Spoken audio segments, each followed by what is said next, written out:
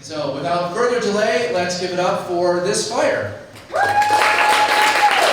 Today on This Fire, we're coming to you live from the Center for Inquiry, Western New York, as we take a look at what was happening in the Satanic Panic in July of 1989. What happens when two introverted brothers do their first show live in front of a studio audience? Find out today, because This Fire starts now. I believe Satan has targeted this last days generation. You have a destiny in life, and Satan knows God wants to use you. Hello, and welcome back to This Fire, the only podcast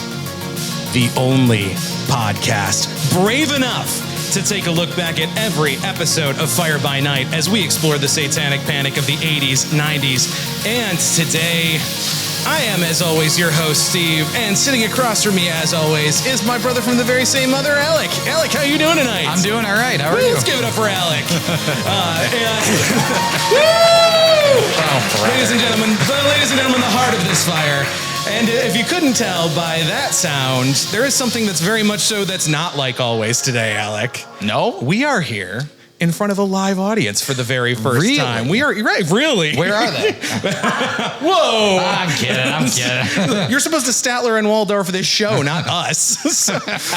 So listen. So, we're here in front of the Western New York Center for Inquiry, one of the preeminent skeptical organizations in the country. I would dare say the best skeptical organization in the entire country. Woo! Let's give it up for let's give it up. So I was gonna have to say, this is in a lot of ways a little bit of a dream come true, kind of getting to interface with you guys.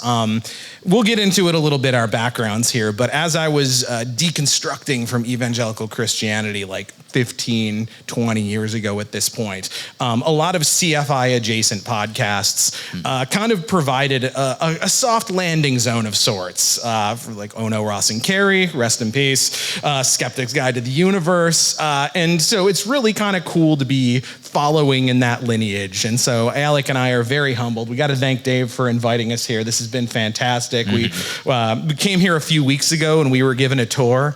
If you guys are going to learn anything about us tonight, it's that we are purveyors of kitsch. And so the fact that we are about 200 feet from Miss Cleo's bracelets in the other room, that's really doing something for me. I just want you guys to know this. It might be like a controversial thing to say, but I'm in heaven, Alec. Yeah. So you might be wondering who we are and why we're here in front of you tonight. Well, we're here to talk to you about our Lord and Savior, Jesus Christ. Yes, we were baiting and switching you the whole time. I'm confident that we got some goosebumps up. They're like people thinking, like, wait a second. Oh, no. Well, you can't leave now, so you got to stick around. So our backgrounds, like I said, I was a part of the evangelical Christian kind of youth movement 20 years ago, 25 years ago at this point. It's 2026. And over the course of time, I went on a mission trip to Zambia, kind of came back, realized that it was not necessarily for me and that I had a lot more questions than the church was willing to answer. Alec and I grew up, Alec is my brother, if you didn't know that, in a Catholic household. It's sort of a hybrid Catholic atheist household. Yeah, say, right? I mean, like you get a little bit of sort of Catholic stuff going during the week and then just a full-on atheist during the weekend. Yeah, because our parents used to work. my dad worked on the weekdays and our mom worked on the weekends. And so we kind of got a good balance, I think. Yeah, exactly. So we would go to like CCD classes during the weekdays, but then there was no church on the weekends. And so actually that was kind of the entree-vous point for evangelicism to kind of get to me, was because I wasn't going to church with my family on the weekends. I was going to church with the neighbors. I was going with my best friends. And so it was like a pathway to kind of hang out with my friends and be able to go to youth group and church on the weekends. So the biggest thing for me, I think, that really led to the creation of this podcast was that over the course of deconstructing, and especially once we kind of hit the era of, let's say, 2016, shall we say.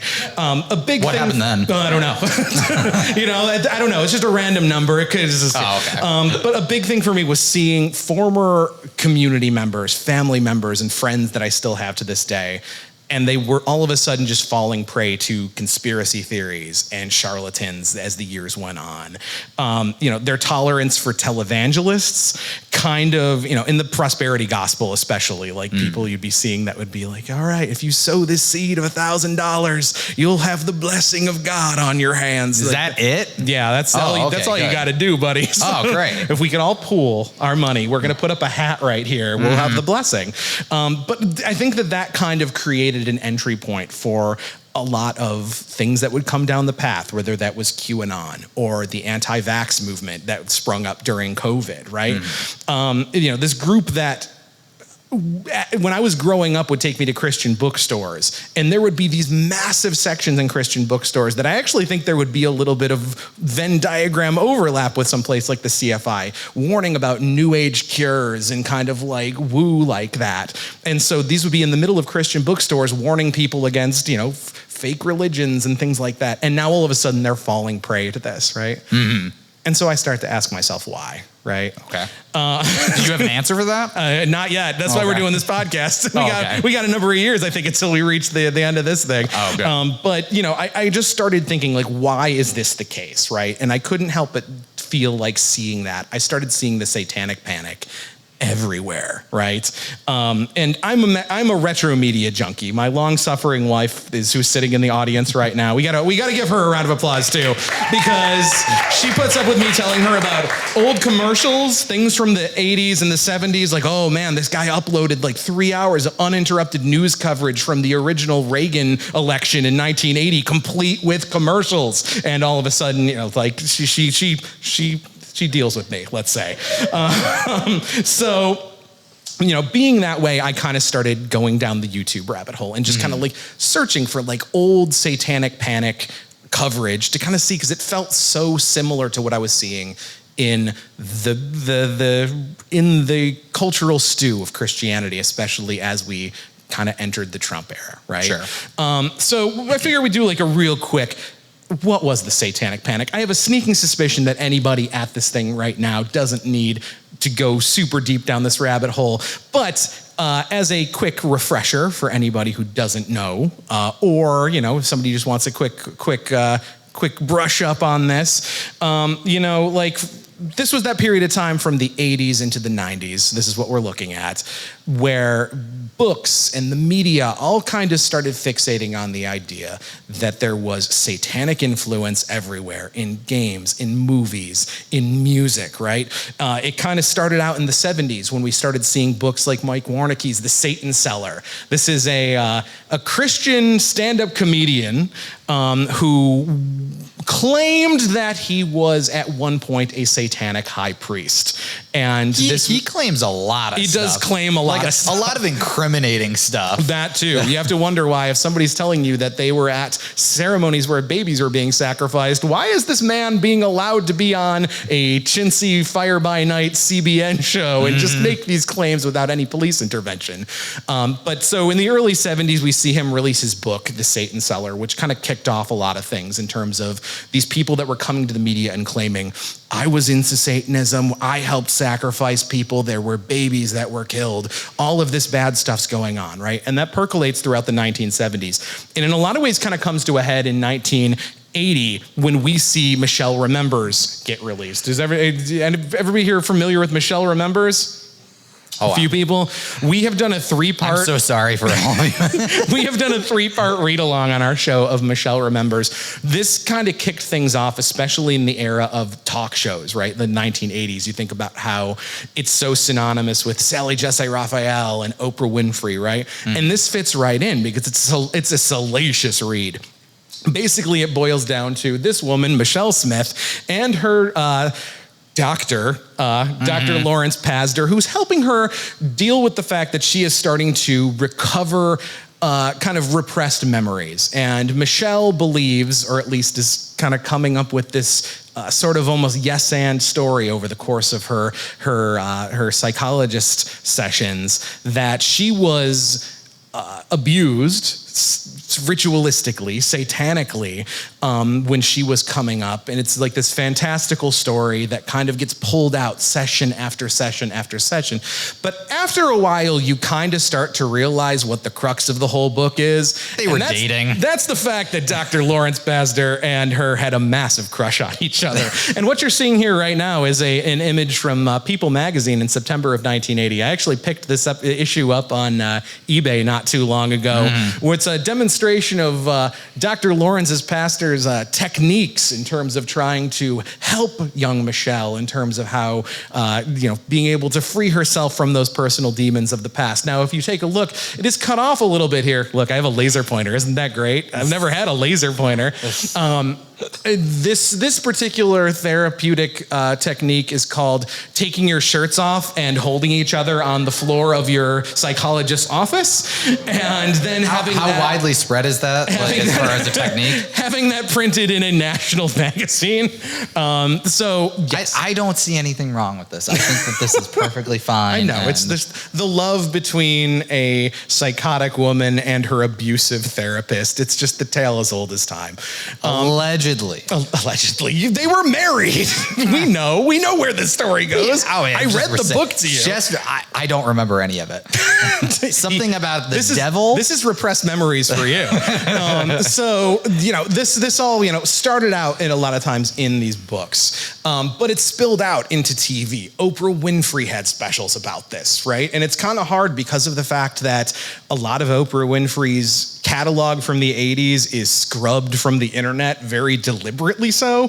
Who do you think did that? Stuff. What's that? Who do you think scrubbed it from the internet? I have no idea. I think Stedman. I think he was I'm going to protect you, baby. You made a point of that, like when you search for something related to Oprah, our thing popped up first because you couldn't find it. A couple nights ago when I was putting together this PowerPoint presentation, I was looking for an ad, right? Like one of these just to put in, Oprah Satanic Special. And the This Fire podcast on Google is the number 1 through 3 result when you search for that combination. So very clearly, woo, let's give it up. That's how I like it. I like this audience.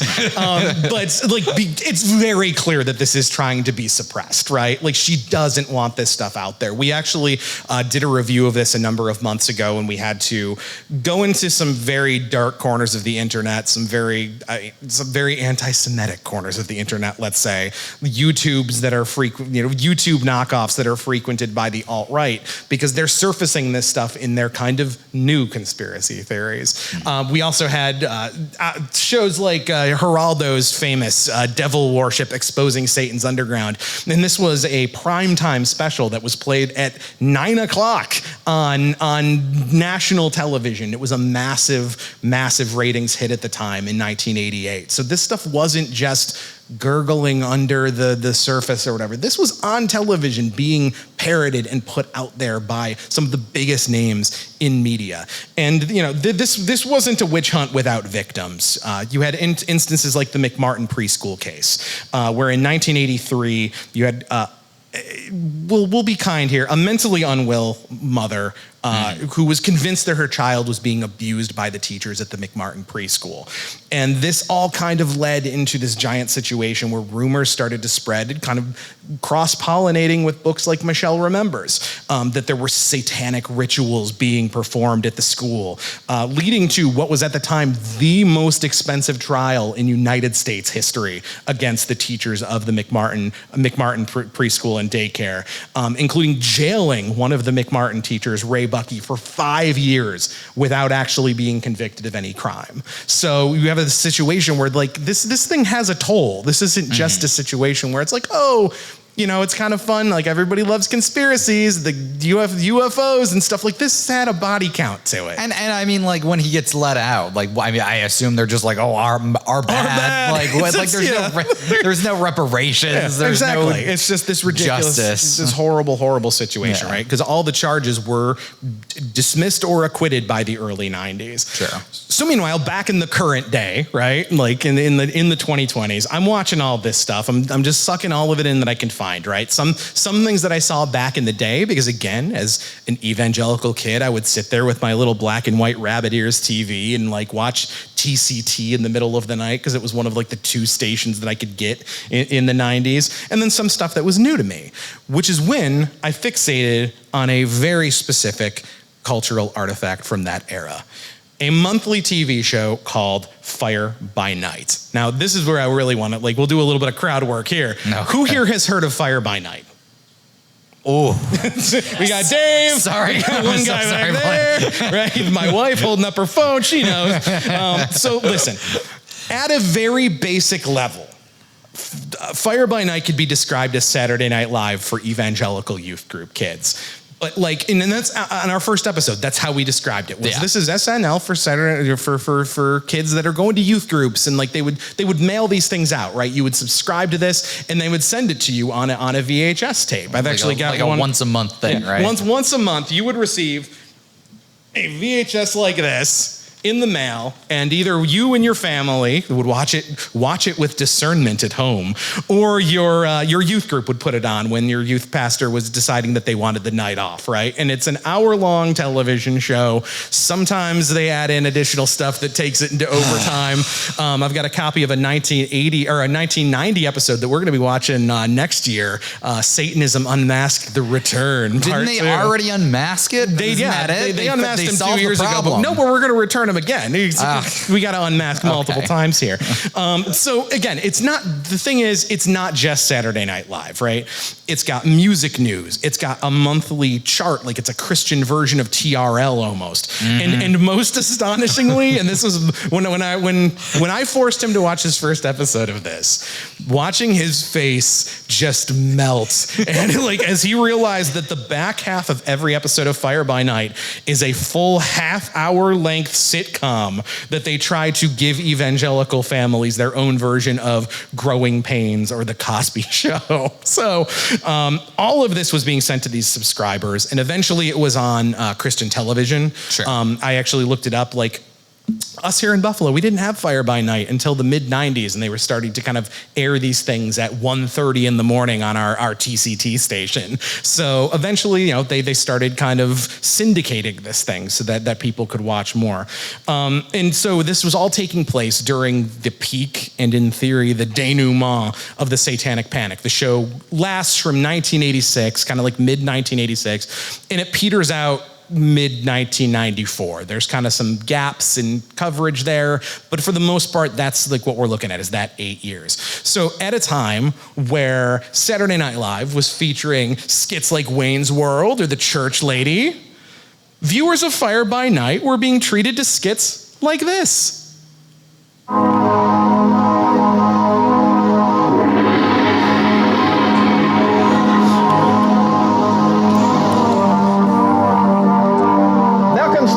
Ideology 101, where we learn of the great liberating philosophies of our Savior, Vladimir Ulyanov. Yes, that's right. It's communist time. You're going to say unbelievable? Unbelievable. Even after all these years, it's still unbelievable. This was the first episode that we watched. Yeah, that was the first skit on the very first episode of Fire by Nite. Like, that's the pilot episode. They're trying to get their hooks into people, and so at a time where Madonna, she's putting out Like a Prayer, and rap was entering the mainstream. Well, evangelical kids that were getting Fire by Nite were listening to God's word in the library won't appear. Nowhere. We have a religious apartheid here. Humanism, atheism, no Bible. Our consciences have died. It's our turn now. Think it no surprise when the gates of hell come crashing down. You begin to see the church rise. So 2 years after Nirvana, you got Carman and Petra's Our Turn Now. Who's better? That's a good question.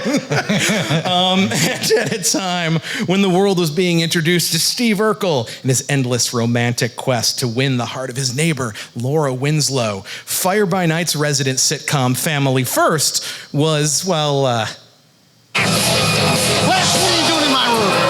I've got you right where I want you now, Collins. You're a dead man. What do you mean a dead man? The master wants you dead tonight. Who is your master, Lance? Satan. He is not. You got saved the other night. I faked that. In the name of Jesus Christ. Satan, I break your power over Lance's life. You shut up! In the name of Jesus Christ, the name that's above every name. Satan, your power is stripped in Shut up! Lance's life. It's stripped. Shut up! It's stripped. Shut up! Help me! You want to watch more, don't you?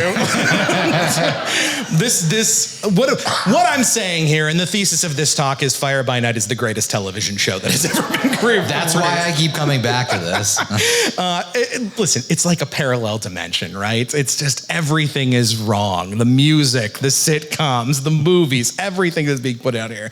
So I became obsessed with this thing and the roadmap to kind of the modern day Christian nationalism that we know, right? And because it's so well preserved, right? Like I was able to go on eBay and purchase in bulk VHS copies of this thing, right? Like this isn't something that like the Oprah episodes just disappeared into the ether once the 80s left. These tapes are everywhere because they had thousands of subscribers. And you can go and watch every episode with a couple of exceptions. There's a couple of unearthed episodes that were one day if we ever resurface, we'll do it'll be the special lost episodes. Right, it'll be the lost episodes. But they're all on YouTube. You can go watch this thing in its entirety from the beginning to the very end and get the complete Fire by Nite story because it's preserved like that. It serves as this Rosetta Stone to the era in a lot of ways. And because I love torturing my brother, who is 8 years younger than me, and this is just how our relationship has been since 1993 when my mother graced me with a younger brother. I conscripted him into talking about this on a monthly basis with me. So as Dave was saying, we're essentially like a watch-along podcast, but instead of doing something fun, like watching every episode of Star Trek or like the Gilmore Girls, we're watching every episode of Fire by Nite and talking about how it connects to today. COVID affected us all very differently. This is long COVID. We just got that brain problem now. Yeah. So in addition to specials from the era, like we said, we watched that Oprah episode. We watched the Geraldo. We've read Michelle Remembers. And that leads us to what we're going to be looking at today, okay? Sure. So one thing I should say is that we're mid-1989 in terms of what we've been able to look at from Fire by Nite, okay? We're taking this thing month by month. We really just want to savor every morsel of the era in our gullet. I don't know, I was trying to find a fun way of saying that, but so we're talking mid-1989, right? So this is Batman and Ghostbusters 2, When Harry Met Sally. Can we watch that stuff? And that's why for the rest of the night, we're going to be watching Honey, I Shrunk the Kids. Enjoy. We've been listening to 1989 music and really just trying to get a sense of what the time period was like back then, right? It's the first blockbuster summer, they call it, right? Because it was the first time there were these big sequels. Now, unfortunately, for covering things right here, we wanted to stick in July as well. Oh. We've already covered the July 1989 episode of Fire by Nite, Spiritual Warfare, which I bet you can't guess what this one covered. So that being the case, and you can of course subscribe. Here's our shameless plug. If you go to acquirethisfire.com, you can find us on every podcatcher, and now we have YouTube episodes too, where you can see us all the time. We're almost live. We're almost live on videotape. Yep. So we already covered this, right? But I do want to stick in July of 1989. Sure. And this being the case, I thought that we might, especially since we're here at the Western New York CFI, we're here in Buffalo, our hometown, we might dig out of the crates a little a back issue of Buffalo news for ourselves, and we'll take a look at what's on the tube tonight, right? Sounds like a good idea. Sounds like a good idea. So we'll hit up the TV topics here. Anybody that grew up in Buffalo recognizes this, I'm sure. We've got reruns at summer, right? We've got The Cosby Show, A Different World, Cheers, LA Law. So we got some baseball on tonight, right? This is an interesting thing because... and Jeopardy, too. And Jeopardy. And The Birds on WTV, right? So at the random Thursday night, it's like you're getting movies and stuff. So like, here's the weird thing, is that... this is kind of a little alien to I think Alec and I, as we grew up in the 90s, and there were, even over the air, multiple Christian television stations that were just broadcast every day, every night. You're getting Praise the Lord, the Crouch family, all these folks, right? This is like a shockingly secular time, at least as far as what is being listed here in the TV topics in the Buffalo News. Like, there's not like a whole lot of Christian content on television in summer of 1989. So seems like a good time. It does seem like a good time, doesn't it? You can watch the birds without having to be afraid that you're going to turn the hair and see the pink-haired lady trying to hit you up for dollar bills. Ooh. So I think that if we're going to broaden our horizons here, we might have to get our dad to open his pocketbook, and I know this is the hardest thing for us, to get him to pay for basic cable, which is certainly not something that we had as kids. And I want to ask you something. Yeah. What do you think, Alec, about the Family Channel? What does the Family Channel bring to mind to you if we're talking about basic cable channels? I'm not sure if the Family Channel per se. Yes. It sounds familiar. Yes. Okay. Well, when you were a kid, it was the Fox Family Channel. Oh, the Fox Family Channel, which is a place in our heart. It's our namesake. You watch some cartoons. We got Digimon, Angela Anaconda. You got Beyblade. You got a bunch of other anime. Well, this was the Family Channel's logo as it existed in 1990. Okay. Now, from every year prior to 1990, since from its inception on, sure, it was known by a slightly different name. The CBN Family Channel, which is where you would get your Christian programming if you were a basic cable subscriber, right? Christian Broadcasting Network? The Christian Broadcasting Network, Pat Robertson's own. Do only Christians have families? Yeah, well, apparently. I think that they believe that. Oh, okay. So if we're looking at the listings here, right? So we're looking at Nickelodeon. We're kind of hitting up Nick at Night. We've got Saturday Night Live, SCTV, and we drop down to the Family Channel. Oh, what do you know? At 10 o'clock at night, we get the 700 Club. And here's the fun fact about that, is that it's 10 o'clock at night or 11 o'clock at night on the Family Channel, literally since its inception all the way up through today. Because I don't know if you guys are aware of this, the lineage of the Family Channel. So it went from being owned by CBN to owned by a consortium of 20th Century Fox to being sold to ABC and Disney, which it still remains with today, but it goes by the name of Freeform. But even if you go to Freeform today and you're watching, I don't know, say Moana or your favorite episodes of $1 Million Nannies, at 11 o'clock every night, it transfers over to CBN Broadcasting, and it's the 700 Club. This was a clause that was put into the contract that they had to air the 700 Club every night in a primetime slot. They were actually, I want to say, at a time, ABC Family was in the running for when the whole dust-up happened with Conan O'Brien losing the Tonight Show, and they wanted to get Conan. They wanted to be like a player in late-night television. They were going to have him be on ABC Well, they Family? were like, let's try and get him. But they couldn't couldn't put him on night. because the 700 Club takes that slot. So 10 o'clock, 11 o'clock, you couldn't put a late-night television That show explains on. a lot, because I remember going to, it would be cartoons in the morning before school, and then as I was heading out the door, 700 Club would come on in the morning. It had to be on their in the morning. early morning segment, and then, you're going to bed. Yeah, exactly. And suddenly, 7 o'clock. Let's say, though, we'll go back to 1989. I'm 4 years old. You're negative 4 years old at the time. And if we were to check out the Family Channel, because we're looking for some good Christian content, at 11 o'clock on a balmy, smoggy July 1989 night, let's take a look at what they're offering us today. Sounds like a good idea.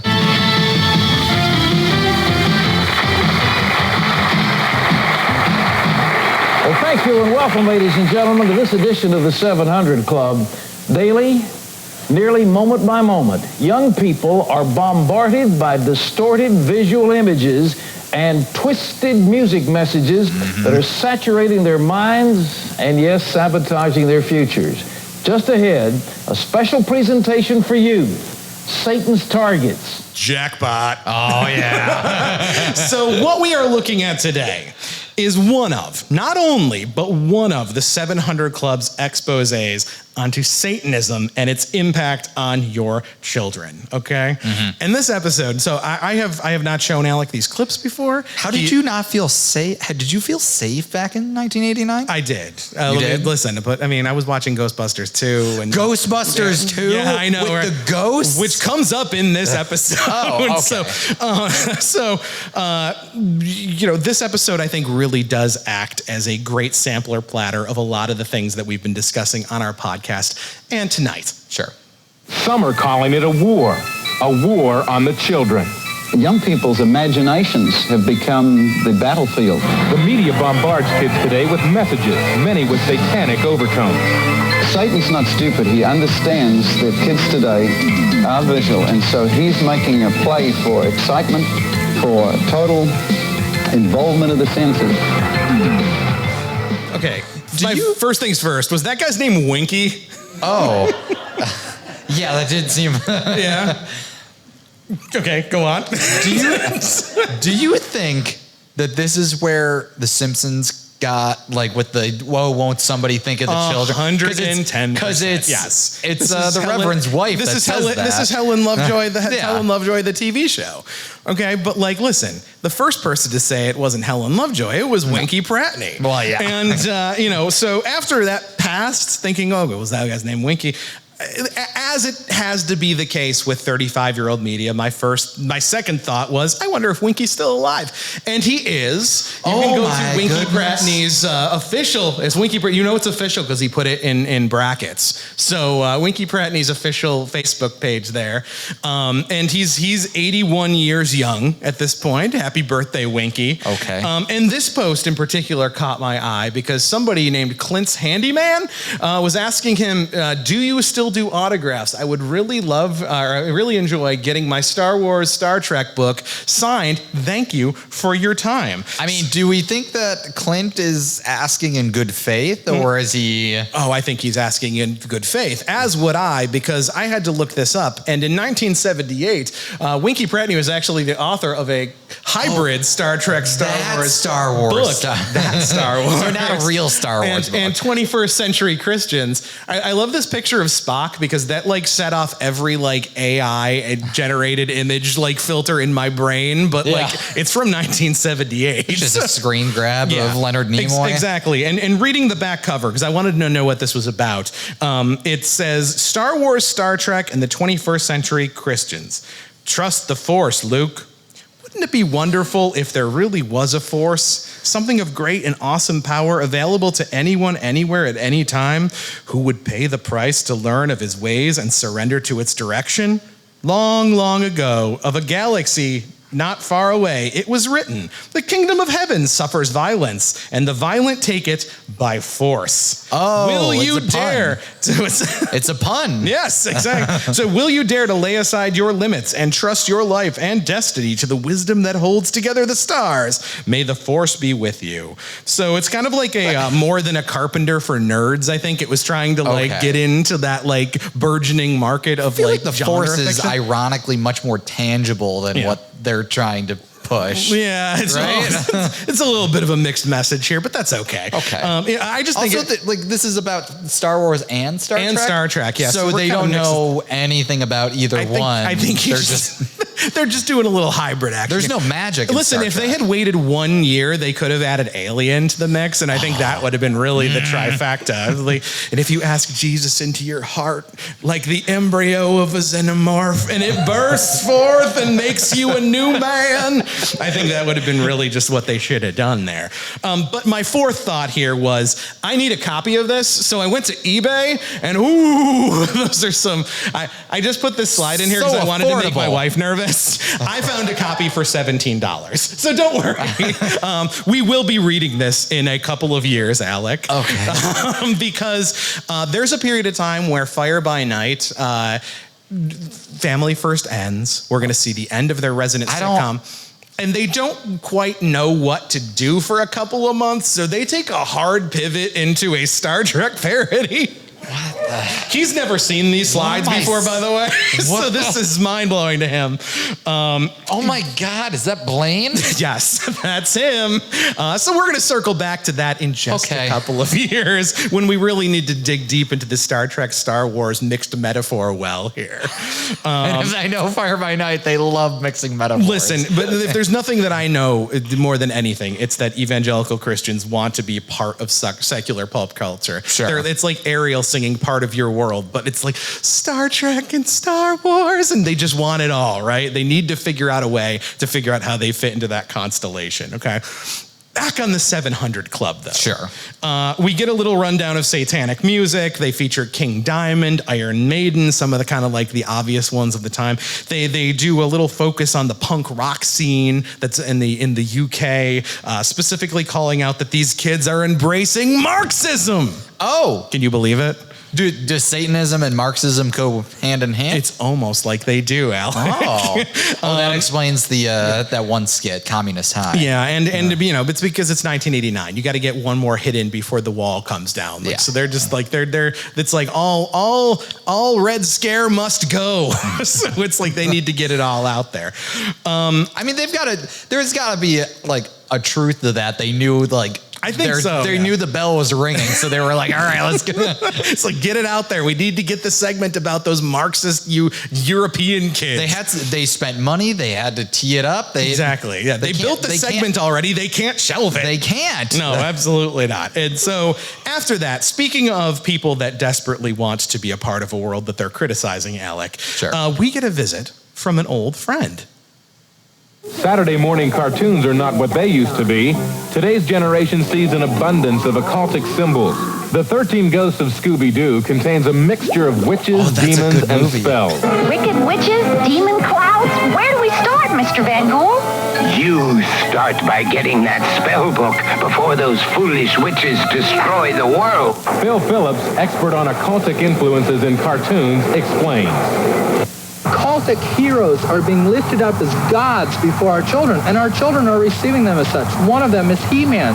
A mother was talking to me about driving down the road in her car and listening to a preacher on the radio, and he prayed, "Our Lord God, the master of the universe." Her little boy jumped from the backseat of the car and said, "Mommy, God isn't master of the universe. He-Man is." That's what Phil Phillips looks like? We've read multiple Phil Phillips books, including his seminal effort, Turmoil in the Toy Box, which you can tell by how dog-eared and destroyed this copy is. But he only wrote half of it. So he has a ghostwriter as well. Yes, that's what Phil Phillips looks like. We love this man.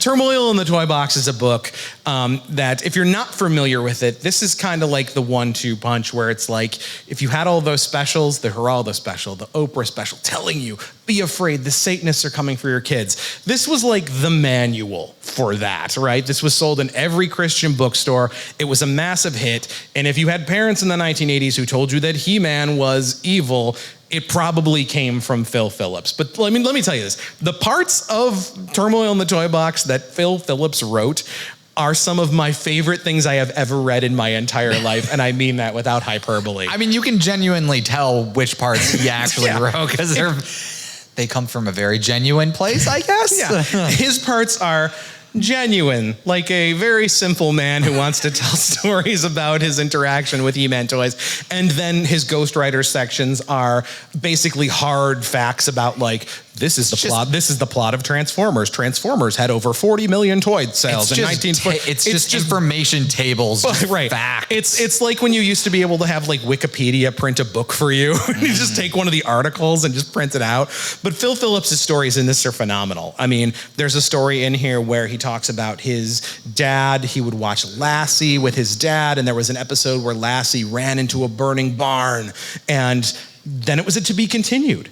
And so Phil Phillips was so concerned that Lassie had actually run into a burning barn and was dead that his dad had to like pretend to call the TV station and be like, no, son, Lassie's fine. There's a story about how he falls into a septic tank and he uses that as a metaphor for how it's easier to clean off the muck from a septic tank than the muck from your soul. And that's why you can't let your kids watch Transformers or He-Man. There's a story where, like, once they get this book going, because there's a lot of photos in here of the toys. It's abundantly clear he just really loved playing with these toys. It's another case of, a Christian person not wanting to be themselves. He clearly loved all this stuff. And that's what I'm saying, right? So we brought our representative Skeletor here tonight. Woo for Skeletor. And listen, we're going to get a little personal with you guys. Alec and I, we both love toys. I think a lot of that stems from the fact that Alec and I are both individuals with attention deficit hyperactivity disorder, and a lot of this stems back to growing up in the 90s and these being our comfort items. So I don't think it should be any surprise to you that Phil Phillips also had attention deficit hyperactivity disorder, and later on decided to write a book with his wife. The wife, I think, we have not read this yet. We own this book, but we have not read it yet. I think the wife wrote it, and because it says with her husband, Phil Phillips, which doesn't really imply that he wrote a whole lot of this. So this book was more about him from her perspective. Yes, this would be like if my wife was telling, she wrote a book about my Power Rangers collection, and then it's like, but I gotta put his name on it somewhere. So listen, I think Phil Phillips was part of the brotherhood, is what I'm saying, okay? Fair enough. And so while we're talking toys, I think maybe this is a perfect segue into discussing one of the Satanic Panic's biggest toy-adjacent bugbears. Spirits, magic, occultic symbols all seem to make cartoons an indoctrination for a generation of kids into the occult. Dungeons and Dragons. Some claim it's a simple, harmless game. Yet suicides, murders, and robberies have been linked to this game. Pat Pulling explains what happened to her son, a victim of Dungeons and Dragons. He died because he became too involved with the game Dungeons and Dragons. His personality became one with the character that he was living at the time in the game, and he took his life because of the scenario he was playing at the time he died. Dungeons and Dragons emphasizes black and white witchcraft. It creates a world of fear and death. Dr. Gary North says, Dungeons and Dragons is the most effectively, most magnificently packaged, most profitably marketed, the most thoroughly researched introduction to the occult in man's recorded history. Can you make it sound less cool? I mean, come on. So, listen, we see Patricia Pulling here, and we've talked about her in the past. I don't want to crack too wise about her, because she is somebody that her son committed suicide. This is a bad situation, but unfortunately, she blamed Dungeons and Dragons for this and kind of made it her life's crusade. She formed a organization, BADD, Bothered About Dungeons and Dragons. I want to say that her story ends up going to be the basis. There's no confirmation on this, but I have a sneaking suspicion. The famous Chick track, Dark Dungeons, that's all about how Dungeons and Dragons, you play and you become your character, so that when they die in the game, it's like you lost a piece of yourself and you want to kill yourself, right? It's never been confirmed, but this is a couple years after the Irving Pulling case. It's just a really depressing story, right? It's just there's nothing good here, okay? And it's not worth laughing at. She ends up becoming kind of a lawsuit machine. She goes and she sues TSR, the creator of Dungeons and Dragons, her son's school principal, because they were having these clubs at the school. It's all very messy, especially because she tries to become a media expert, and she shows up on these shows, like these Oprah specials, where it's, we can get Pat Pulling. I think she was on the Geraldo one. And she shows up and she carves this media niche for herself in the wake of her son's death. So it's clearly a woman that, was driven off of a deep end by her loss, right? It doesn't excuse the damage that she was doing by spreading a lot of misinformation, but I sort of get it, right? Yeah. On the flip side, who I don't have sympathy for is the source of that quote at the end there, Dr. Gary North, who sounds like a world-class ass. So he was apparently an economist, but also a major figure in what's known as the Christian Reconstructionist movement. And he had some really cool views on the death penalty and who should receive it. This is from an essay from 1995 discussing the Christian Reconstructionist movement, epitomizing the Reconstructionist idea of biblical warfare as the centrality of capital punishment under biblical law. So he believed that anybody, in addition to the things like rape, kidnapping, murder. Death is also the punishment for apostasy, abandonment of the faith, heresy, blasphemy, witchcraft, astrology, adultery, sodomy or homosexuality, incest, striking a parent, incorrigible juvenile delinquency, or in the case of women, unchastity before marriage. What does not constitute the death penalty? Listen, I think that being Gary North is the only thing that keeps you safe here. According to Gary North, women who have abortions should be publicly executed along with those who advised them to abort their children. Yikes. So it's good stuff, right? And they'll this dude, okay? So, as a bonus, this dude was also a major proponent of Y2K conspiracy theories. Is he shocker, right? He's not alive. No, luckily he's dead. Oh, okay, good. So he was on the record saying the Y2K crisis is systemic. It cannot possibly be fixed, and I think it'll wipe out every national government in the world. Not just modify them, but destroy them. And that is what I have wanted my entire adult life. In my view, Y2K is our deliverance. I mean, if only. I mean, it would have stopped where we're at right now. I mean, that's your apocalyptic view here. Sometimes you just got to get on the... you just got to get on the horse. Get on the horse. So, back on the 700 Club, though, we have our own mother and boy case study to demonstrate the dangers of this deceptive, despicable role-playing game, Dungeons & Dragons, as we meet what I'm going to call a young man by the name of Mike. Mike Palla had gotten hooked on Dungeons & Dragons, a controversial game of witchcraft where players take on the roles of both good and evil beings. The fascination lay in the use of his mind to invent the treasures and monsters that were a part of the game. Unfortunately for Mike, the border between reality and fantasy was too easily crossed, and before he knew it, his mind had become a prisoner of his own imaginary world. First of all, my school work started slipping. I wasn't doing my homework anymore. And 17. I was spending so much time with my friends that I was neglecting my family and neglecting other areas of my personal life.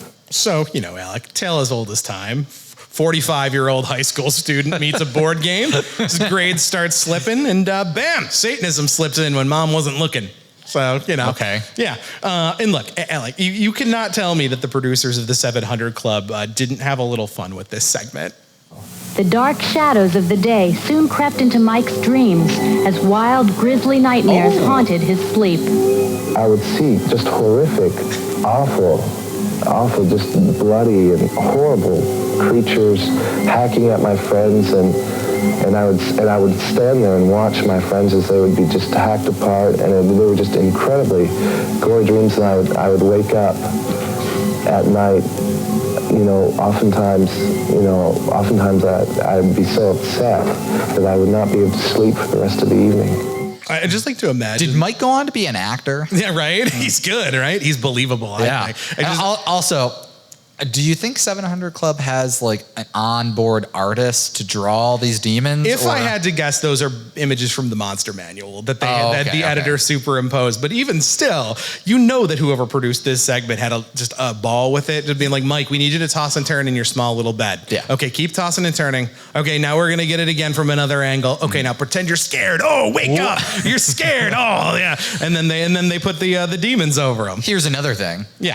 When they're working on segments like this, do you think that they have to pray for themselves afterwards? Because they're talking 100%. A lot about this stuff. If they're placing these demons over this 100%. Christian boy, yes, and they need to they gotta cleanse themselves. Listen, we have heard stories. So here's the thing: this past year, we have started to talk to former cast members and producers from Fire By Nite, including one who was telling us about their Satanism Unmasked episode and how they bought a satanic Bible, and they brought it to set, and they tried to figure out what they were, how they were going to use this. They fixed it. Now they can read it. It's good now, right? Yeah. So, but like, yeah, absolutely. I guarantee you that there was some question about how far they should go with these scary, scary demons that they're putting over Mike's bed, right? So listen, I mean, we've said this in multiple episodes before, but like, there is no group of people that love to play Dungeons and Dragons more than evangelical Christians. They love role playing. They just do it on their television. whole thing. Right, that's the whole thing. So Mike tells us he started to feel depressed, even suicidal, claiming he heard demonic voices telling him to destroy himself. And I don't want to armchair diagnose too much here, but in some ways it feels like what we read about, like the Irving Pulling case, where it's just like, okay, but like then they're trying to kind of, like it's a geeky guy. And I say that with affection as a man wearing an Evangelion t-shirt, maybe having a hard time in school. He tries to find community with Dungeons and Dragons, but in Irving's case, in both cases, it doesn't really fix things, right? So in Mike's case, Mom starts praying for him, and wouldn't you know it, brought me to seek the help of the Lord because there was no other way to turn. And I found out that God answers prayer. His mother's prayers are what motivated Mike to attend a Christian fellowship group one day at school. What he found there was a love and acceptance that began to penetrate the darkness in his life. It was after a weekend retreat with the group that Mike finally surrendered to the love of God. I knelt down and I said, Lord, I'm tired of running. I'm tired of the depression and everything that's in my life right now. I just give my life to you. I just commit everything to you. And I could feel a sense of pride in my life just being broke, and I felt myself actually being humbled. So success! Yeah. Mike and his super tiny bed are saved! Woo! Now, we've covered a lot of Fire By Nite specific episodes that cover, I mean, they call them different things, but it's basically almost every episode is about peer pressure in some way. Yes.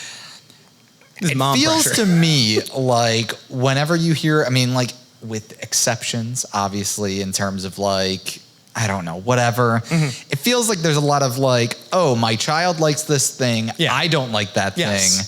So now I'm basically going to bully them out of liking and that was thing. explicitly the case with the Patricia Pulling case. Right. Specifically, like that was something that she was not approving of him. And then, it's something and so it's hard for me. It's hard for me to look at that kind of case with him and be like, he's fixed, right? He's found God. But like in reality, he's either lying to his mom.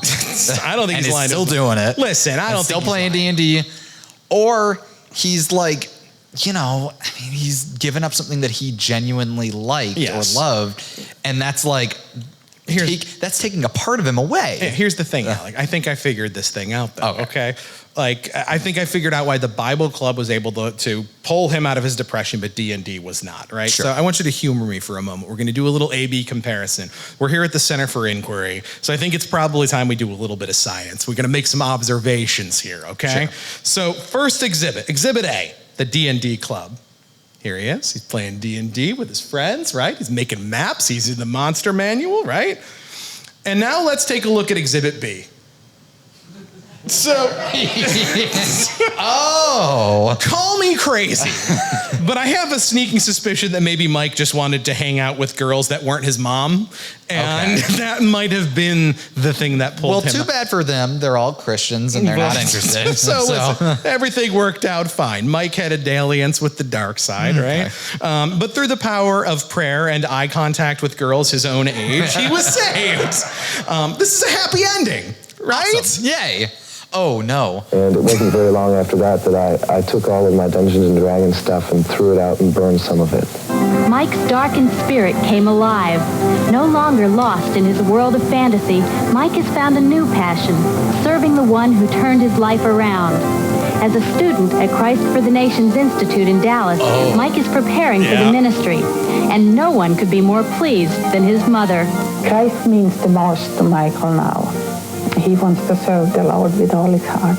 I'm so sorry, Alec, but we're going to have a conversation about the Christ for the Nations Institute now. Oh, no. So, for the uninitiated, this is an unaccredited institute of higher learning that still exists and operates outside of Dallas, Texas today.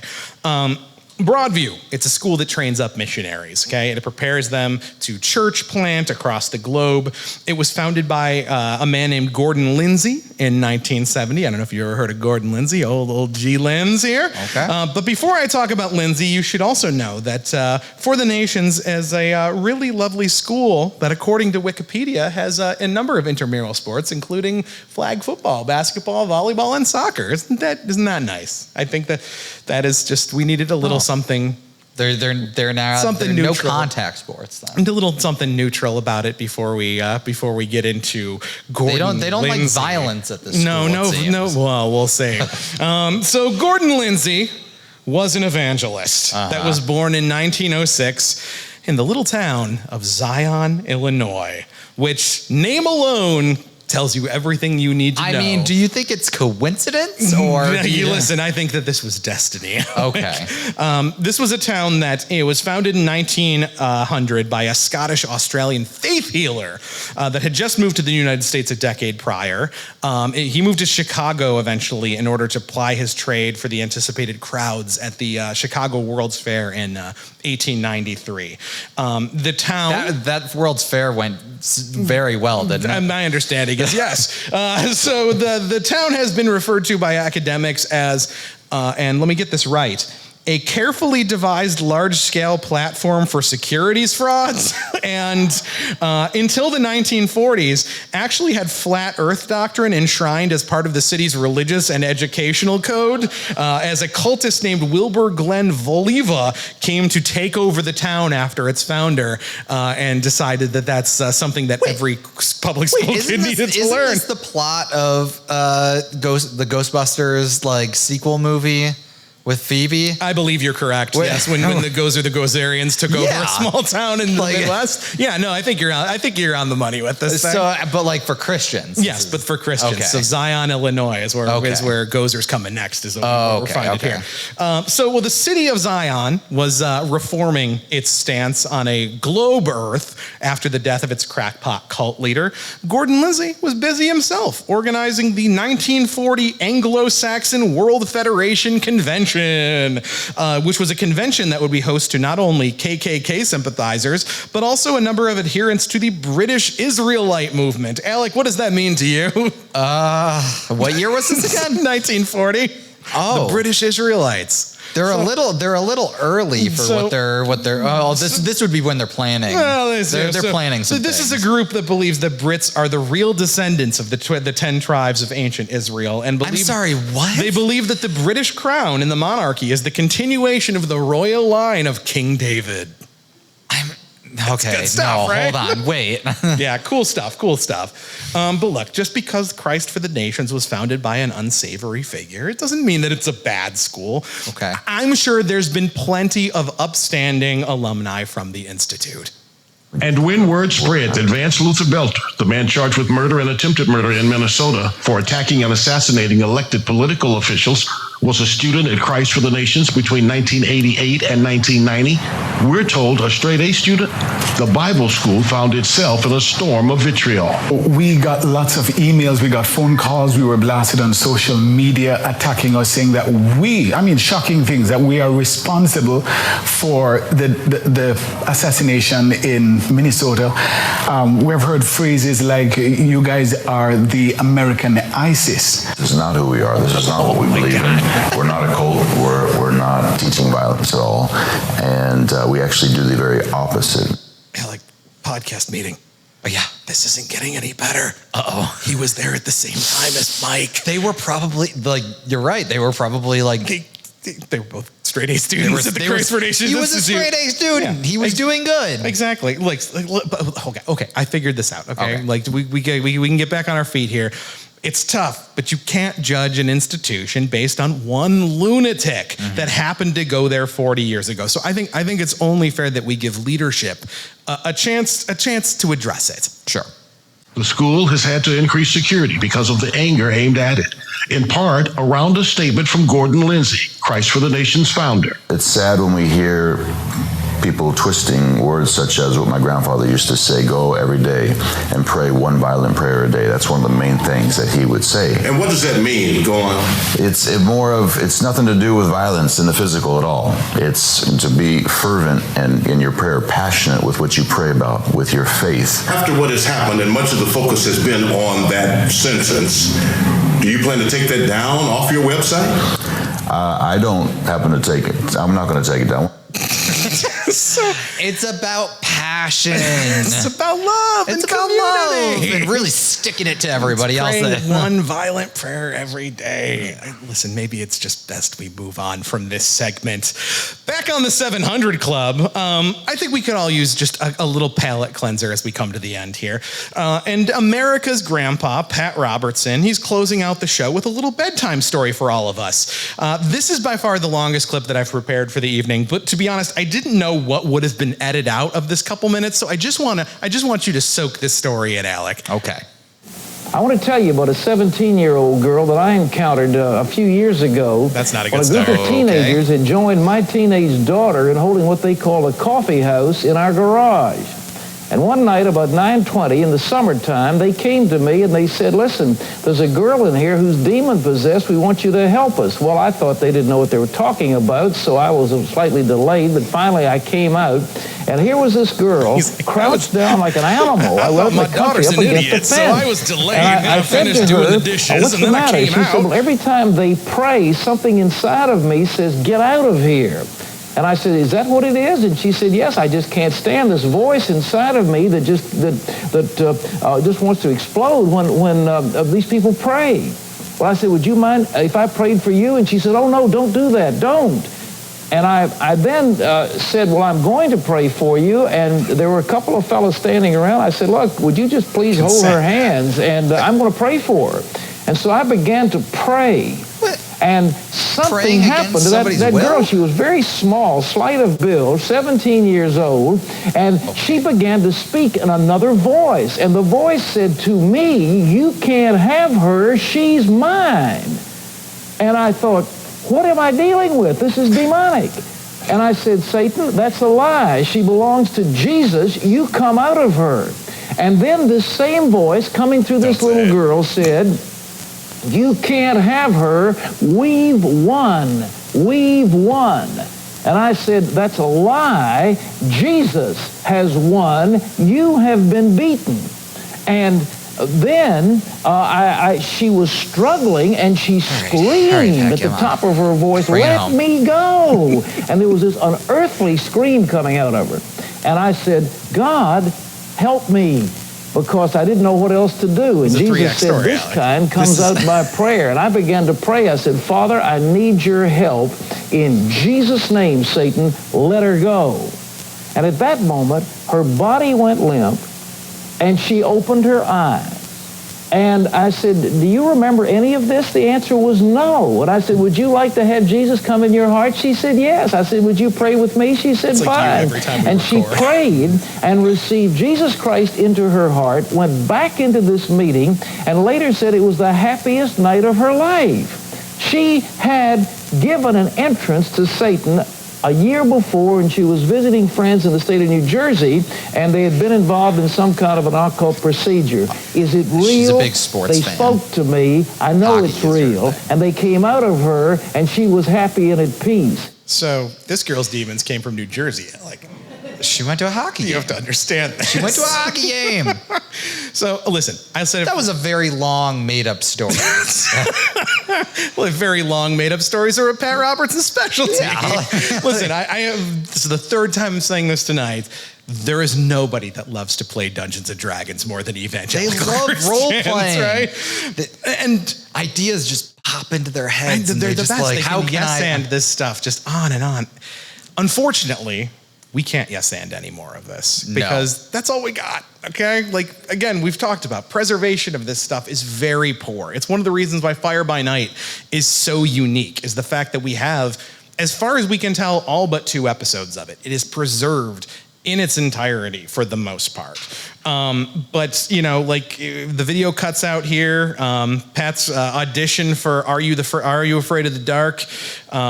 and comes to a close. And I do want to give a shout out to My Vintage Videos, what I was looking up right here, for uploading this all the way back in 2015 for us. This is a YouTube channel that was just digitizing all of the tapes that their parents happened to have from when they were kids. And this was one of the tapes, was that they found this, right? So the folks at CBN, I think that they're just like Oprah. They're very smart in the way that they scrub their own archives.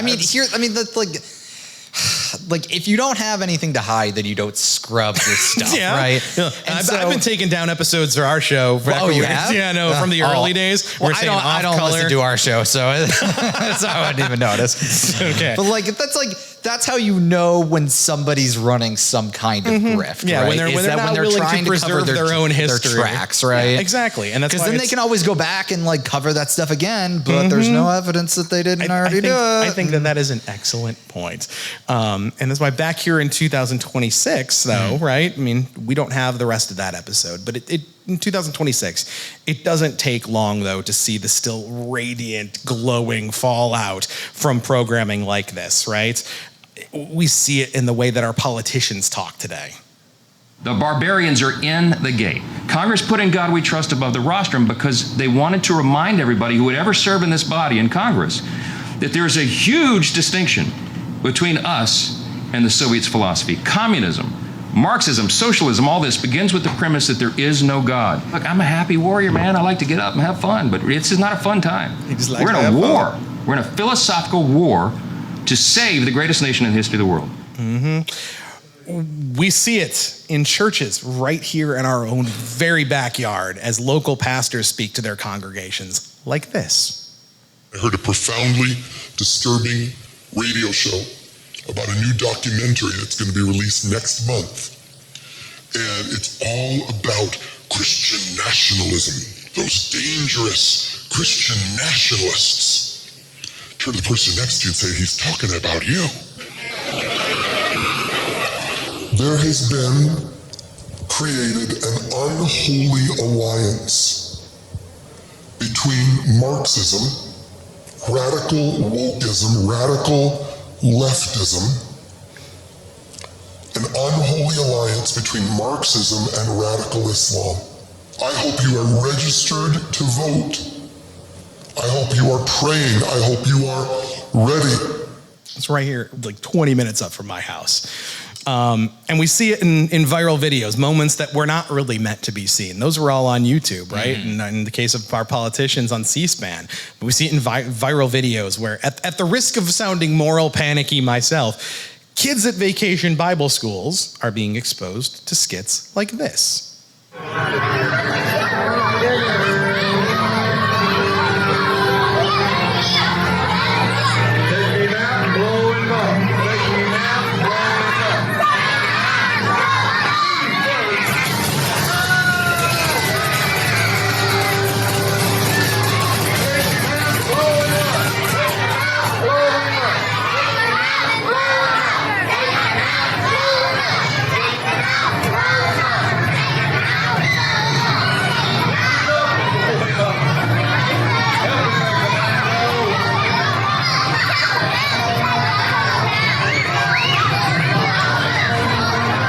But it's okay, Alec, because the pastor later clarified that the man in black block was meant to be Satan. So don't worry about it. Yeah. I mean, but that's the war on Satanism. I mean, it's all very thinly veiled. Really? Thinly veiled? I mean, you got the Antifa member there calling Satan. How are we supposed to, as people that oppose that kind of thinking, as far as the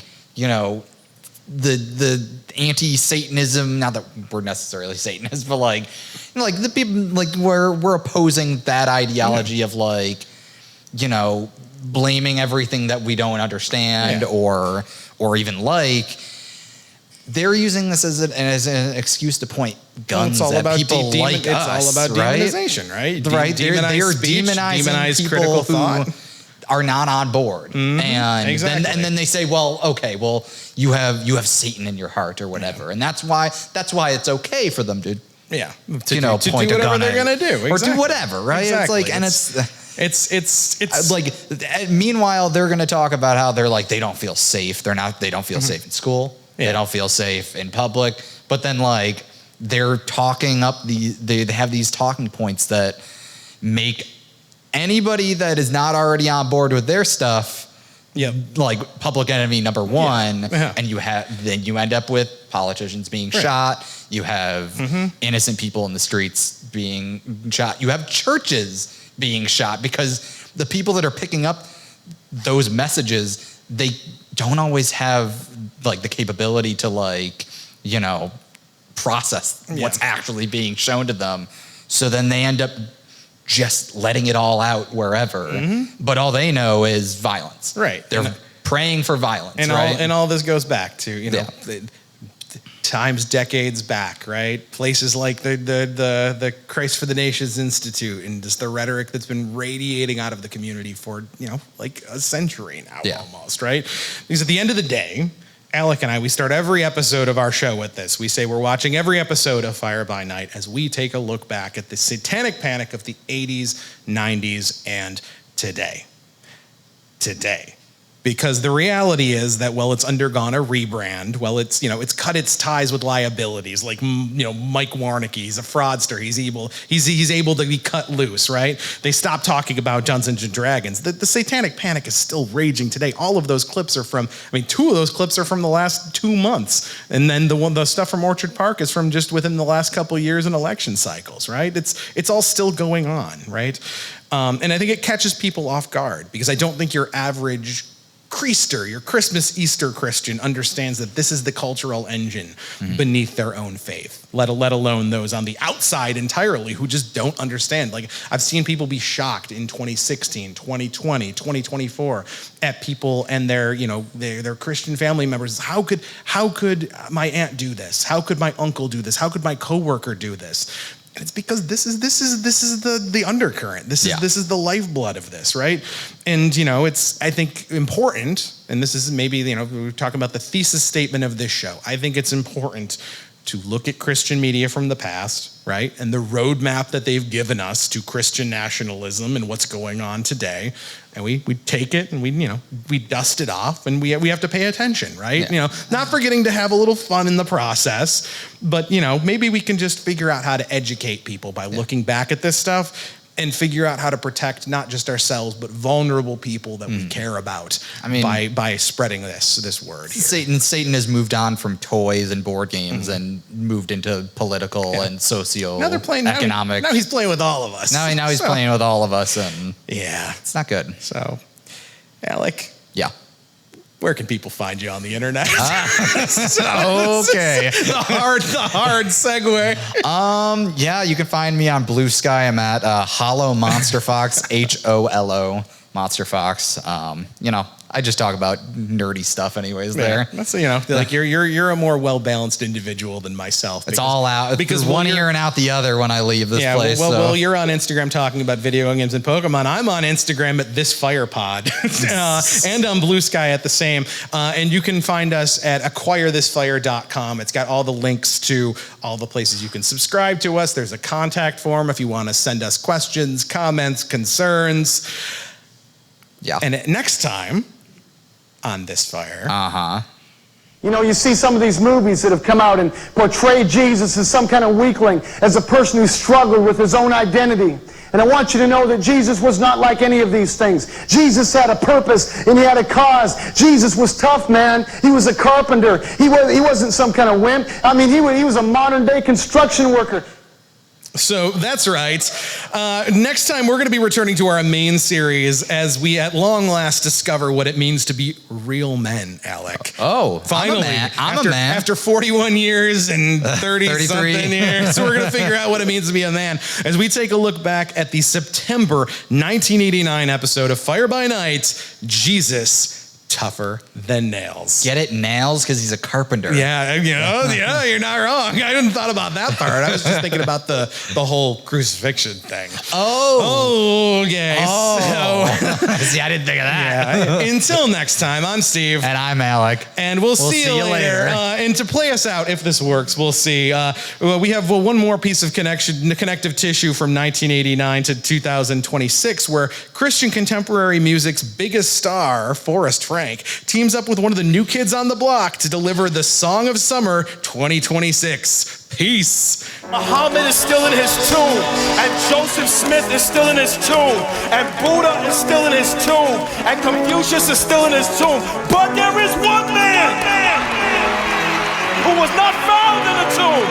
I've been there. The tomb is empty. He was seen alive by over 500 eyewitnesses. I'm President George H.W. Bush, and this has been a Crunchy Lightbulb podcast.